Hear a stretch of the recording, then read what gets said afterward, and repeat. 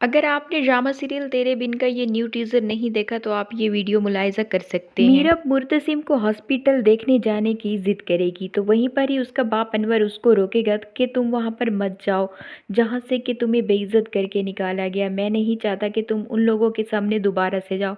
जिस पर वो कहेगी कि इसमें मुर्तसिम का तो कोई कसूर भी नहीं है और ना ही उसने मुझे इस घर से निकाला है।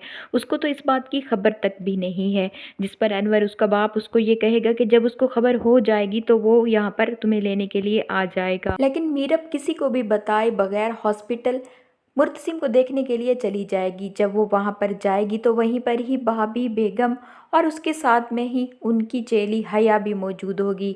वहीं पर ही भाभी बेगम उसकी एक बार फिर से बहुत ही ज़्यादा बेइज्जती करेंगी कि तुम्हारी वजह से मेरे बेटे की जान जाते जाते बची।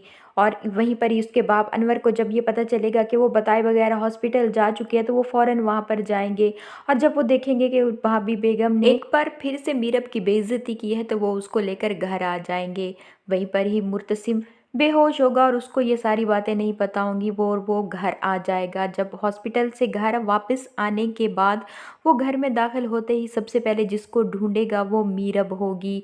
वो मीरब का नाम लेकर बुलाएगा और उसको ढूंढता फिरेगा। वहीं उसके जख्मों पर नमक छिड़कने के लिए वहीं पर ही हया मौजूद होगी और हया उससे कहेगी कि मीरब अब तुम्हारे साथ नहीं रहना चाहती। जिस पर वो हया से पूछेगा कि आखिर कोई तो वजह होगी, मीरब मेरे साथ रहना क्यों नहीं चाहती। जिस पर वो बताएगी माँ बेगम तुम्हारी माँ है और उन्होंने मीरब से कहा कि अगर तुम मुर्तसिम को अपना शौहर नहीं मानती हो तो तुम इस घर से जा सकती हो, इसलिए वो इस घर से चली गई है। इसका मतलब ये है कि वो तुम्हें अपना शौहर नहीं मानती। आज तुम हॉस्पिटल से आने वाले थे ये बात भी उसे मालूम थी, लेकिन वो फिर भी यहाँ पर नहीं रुकी तुम्हारा इस्तकबाल करने के लिए। वो तुम्हारे साथ रहना ही नहीं चाहती है। तुम खामा खा का ज़बरदस्ती का रिश्ता उसके साथ बांध रहे हो। आखिरकार तुम उसका पीछा छोड़ क्यों नहीं देते।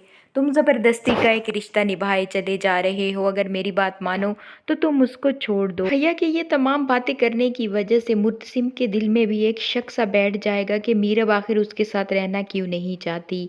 मीरब के घर छोड़कर जाने से पहले वो मीरब के साथ अच्छी खासी लड़ाई करती है कि आखिर मुर्तसिम ने तुम्हारी जान क्यों बचाई और अब तुमने जो हरकत की है पंचायत में सबके सामने जब उसकी बेइज्जती की है। उसको अपनी इज्जत अपनी जान से भी ज़्यादा अजीज़ है और इस बात के लिए तो मुर्तसिम तुम्हें कभी भी माफ़ नहीं करेगा और वो यकीनन तुम्हें इस घर से चले जाने के लिए कहेगा। इससे बेहतर यही है कि मुर्तसिम के घर में आने से पहले ही तुम ये घर छोड़कर चली जाओ।